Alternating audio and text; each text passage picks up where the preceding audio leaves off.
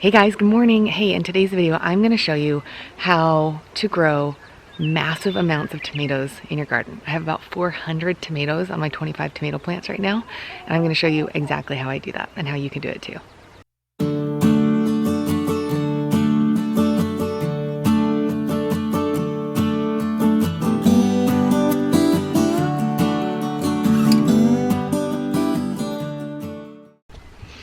Okay, so I'll be the first to admit that I don't know everything when it comes to tomatoes, but I have been able to consistently grow a lot of tomatoes on my plants every single year. So I'm going to show you my best tips and tricks, what fertilizer I use, how I use a single stem method to produce more tomatoes and less leaves, and some tips and tricks that you should try in your own garden to get bigger tomato plants. Okay, so there's two different types of tomato plants. There's determinate and indeterminate. So determinate, you don't ever really want to do the single stem method that I'm about to show you. Basically, a determinate tomato plant are things like cherry tomatoes. Hi, cat. And what they do is they are more of like a compact bush type plant, and usually all the fruit comes at once and then the plant dies.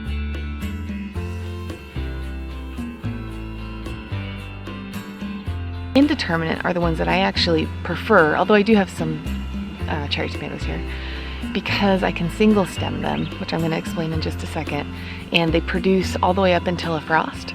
Now the only downside is that indeterminates usually have to stake up or put in cages, whereas determinates kind of stay more compact. They're easier, like if you have a small growing area, if you're growing on a patio, you're going to want to look for more determinate types. You'll see in my garden I have some of these colorful, really nice, sturdy, taller ones, and then I have some of these cheaper, shorter wire ones. The only reason I have the two is just because these are expensive. These are about $6 or $7 each, and these are $3 each. I keep my eye open, and when they go on sale, then I'll pick up some of these. So some of my plants that maybe look like they're not going to be as big, I'll put these on. But you have to cage your plants when they're smaller, because if you try to cage them once they're bigger, one, they're going to sprawl all over the ground instead of growing up like they do with the cages. And two, it just becomes much harder. See, what would happen is if the plant was sideways, you'd have to train the entire stalk to come back up and through, and you're probably going to end up breaking the stalk. And so it's really important to cage them when they're between brand new to a month planted. And then, you know, what can happen is that as the plant grows, it might grow out of the cage. So you just have to watch it and then very, very gently and carefully kind of pry that plant back in so you can train it to go up through the cage. Now, like when I lived in Texas, for example, my tomato plants were 9 foot tall, so the cages weren't even big enough. What I had to do was get some PVC pipes and trellis them to that, but that's another story for another day. So this should work pretty good. These ones are just going to have to make do for this season, and then hopefully next season I'll have all of the nicer, sturdier cages.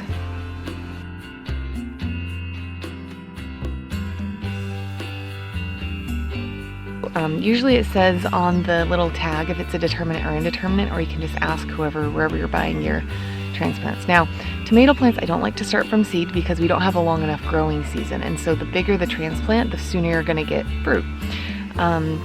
I usually just buy the ones that come in a 4-pack, and I started planting these, let's see, usually here in Idaho about Mother's Day is when you can start planting tomatoes. I think I planted the weekend before. So it just depends if there's any sign that there's going to be another frost. A frost will kill your plants. So if you plant and then a frost comes, you have to replant all over again, and it sucks. So what I did is I just bought a bunch of different, I have 25 tomato plants, so I just bought like some champions, some early birds, some purple Cherokees, which are cool because they turn out like purple, a bunch of Roma tomatoes, some Better Boys. I picked out some yellow cherry pear tomatoes, some sweet cherries. What else do I have? I can't think off the top of my head. So there's a couple things that I do to really grow a lot of tomatoes. And I'm going to talk for a second about the single stem method. So essentially a plant only has so much energy that they can produce, right? So the energy can either go into leaf production or it can go into fruit production. And I am in the business of growing tomatoes, not tomato leaves. So when you first plant the plant, you can't single stem it because the plant's so small, it needs every single leaf that it has for photosynthesis. It collects energy from the sun through the leaves, and then that energy goes into growing the plant. All right, so these are my favorite pair of clippers. I can't remember the brand, Fiskars maybe. Anyways, they work really, really well. And so what I do is I use these clippers instead of just breaking them off my hand, because I've tried that in the past and you can actually damage the plant. So then what I do is I start at the bottom, and I just, right now these have all been trimmed. But before, there were leaves everywhere. There were leaves touching the ground. There were leaves that weren't getting enough sunlight because of the leaves up top. And so the leaves were kind of turning some funny colors. In fact, you can see it's barely doing it just a little bit here. See how it's kind of turning color on the edges there? So I can cut off the lower leaves because the plant is established enough. But see, when the plants are really, really little, you don't want to cut their leaves off because they use their leaves for photosynthesis. The sun puts energy into the leaves, and then that energy is then transported into growing the plant. But because this plant's tall enough, I can cut off the lower leaves. So what I'm going to do is just very carefully come in here and go right next to the stem and just trim it off. Now, if the leaves look really bad, I won't throw them in the compost pile. But if the leaves are okay looking, I'll put them in the compost pile. And then I just trim, so there's still, you don't want to trim all the leaves off because it can put the plant into shock, 1, and 2, like I said, the plant needs the leaves for photosynthesis. But I trim any unhealthy looking leaves and a lot of the leaves on the bottom once the plant starts to grow. Now, the one thing you want to be super, super cautious of, especially if you're a beginner, is that you don't want to accidentally trim the branch that's going to produce tomatoes. So any of these little flowers are eventually going to become tomatoes. In fact, I have 2 beehives that I put here, so the bees come and pollinate the flowers to produce more tomatoes. But all of these little flowers will eventually turn into a tomato. And so you want to be super cautious, because see, it's kind of hard when the plants are little. Like, look up here. Down here it's obvious, right? This is a branch that's going to have fruit.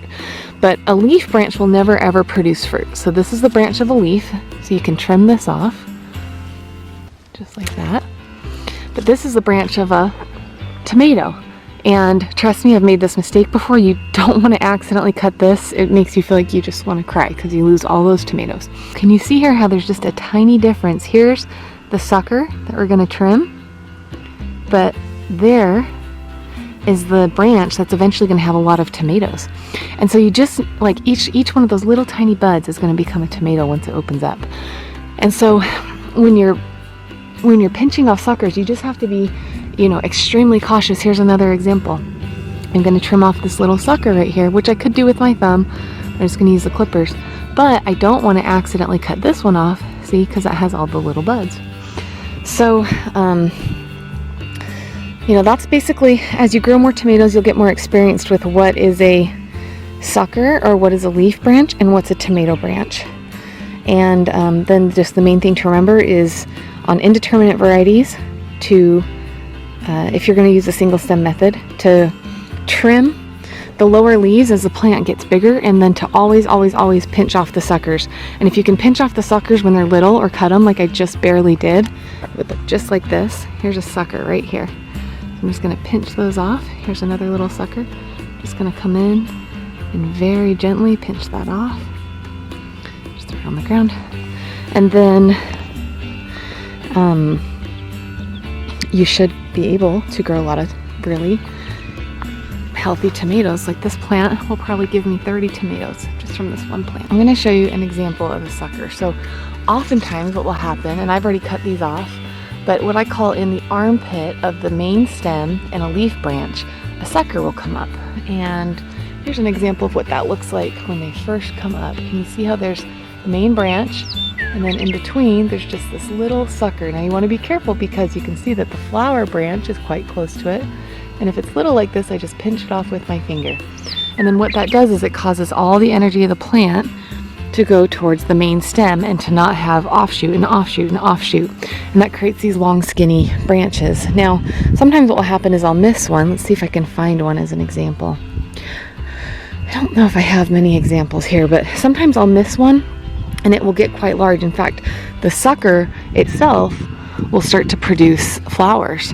And then you start to feel really bad cutting it off, but you really, oh, here's an example. Okay, so look. This is a great example. So here you can see the main stem. Here's a leaf branch. And then here's a sucker that I must have missed. And so this sucker actually, oh, the deer came through and must have eaten the flowers, dang it. But normally this would have had flowers on it, and I don't want the energy of the plant to go to that. I want it to go to the main stem. So I'm just gonna take my little clippers and cut it off. Now it's gonna make you feel bad if there's flowers on here, but the thing you wanna remember is that a plant only has so much energy, and so if you don't cut it off, you're not gonna have as many tomatoes in the long run. You wanna keep that single stem going.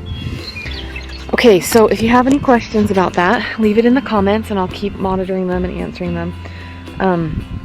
Now what I'm gonna do is show you the fertilizer that I use, because I think this is my secret weapon, and this is another reason why I'm able to grow such a healthy garden. I put this on everything, not just my tomatoes. So come with me, I'll show you that. Good morning, little chickies. Black. I don't like that cat. The chickens like to hide under my pickup for some reason. So we've been seeing coyote poop actually, and I'm really nervous that I'm gonna wake up one morning and my chickens are just gonna be smoked. All right, this fertilizer here is what I call my secret weapon, because it seriously works so good. You can get it off Amazon.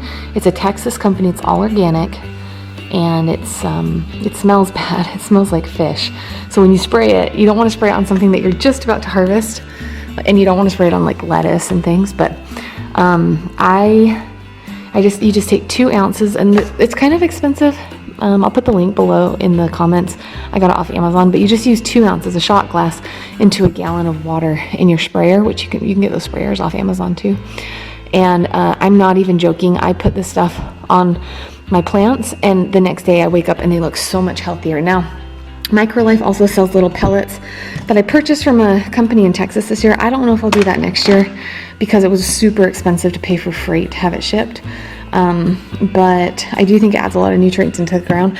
But this, I see almost an immediate result when I start using this stuff. I should probably mention what's in it. So it's fish, I can't even pronounce a lot of the stuff, kelp, blackstrap molasses, fubic acid. Anyways, it's all organic. It's mostly like fishy. It smells terrible. So you don't want to spray it like on your plants that are almost ready to eat, like your lettuces and stuff, because it will make your stuff taste like fish. But in the beginning, it's awesome. Chickies, you cannot come in the garage. There's a view. Not too bad of a view to wake up to. Okay, so what I do, and this is almost empty, but normally this is all the way full, is I just kind of pump this up a couple times, get a little pressure going in there.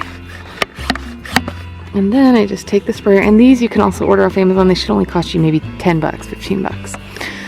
And then what I do is I just, whoops, come on. All right. And then what I do is I just go like this, and I just spray. Mostly you're spraying the foliage and the leaves, but you can spray the tomatoes too. Just like that. And I go through, and I do this on every single plant in my garden. And I do this, clearly I need to weed that last row. I do this on all my fruit trees, and that's how I get everything to grow so big and so beautiful. And that, as well as staying on top of weeding, because the more you weed, the less the nutrients in the soil are going to go towards the weeds, and they're going to go more towards your plants. So I think that this stuff makes a massive difference. I notice a difference. I spray about once every 3 weeks probably is all you need to do. Sometimes, and then another thing I like to do is when I plant transplants, I like to spray the roots with this stuff right as I'm putting it into the earth. And I think that that makes a difference as well. So I think, gosh, and then the other thing with my tomatoes is I water them pretty much every single day. Unless it's not hot outside that day, then I might not water, but pretty much every single day I water my whole garden. And I can do a video on how I water. That's a different video for a different day. So that's pretty much it. I don't use any other fertilizer. I just pay attention. I think the biggest key to growing good tomato plants is just coming out here every single day, taking a look at your tomatoes. Now these, like I said, I don't know everything about tomatoes, so I'm not even sure that I've done this right. But these are my determinant plants, and they just are insane. Like the reason I'm wondering if I did them right is because they look really healthy, but it's all leaves. I don't have really hardly any tomatoes on these ones. I mean, a few down at the bottom. So it's either one of two things. It's either I'm not doing it right, or it's either that they just produce tomatoes a little bit later than the other ones. Well, that's not true. Look, I've got, you see that? Got lots of tomatoes going there. They're coming. I think I'm doing an okay job. So I'm not single stemming these, remember, because these are, so, you know, if I was gonna, this is like, that's what would be considered a sucker on an indeterminate plant, but because this is a determinate variety, I'm not single stemming it, and I'm just crossing my fingers that these are cherry tomatoes and yellow pear tomatoes. I'm just hoping that those work out well. So anyhow, once all these tomatoes come in, I will can some of them for salsa. We'll eat them fresh. Maybe I'll even turn some into tomato sauce. I'm not really sure. So I hope that was helpful. If you guys have any questions at all, leave them in the comments. If you like this video, make sure to like it, subscribe, and share with your friends who maybe are having some hard times growing tomatoes. Talk to you guys later. Look, these deer I just want in so bad. Can you see? There's deer all around my garden. Probably sticking, Kurt said they've probably been sticking their head and eating my tomatoes all night. There's the buck over there. Good thing about the deer fence. Look at all these deer. They're just hanging out by the garden. Probably been eating my tomato plants, sticking their head there all night.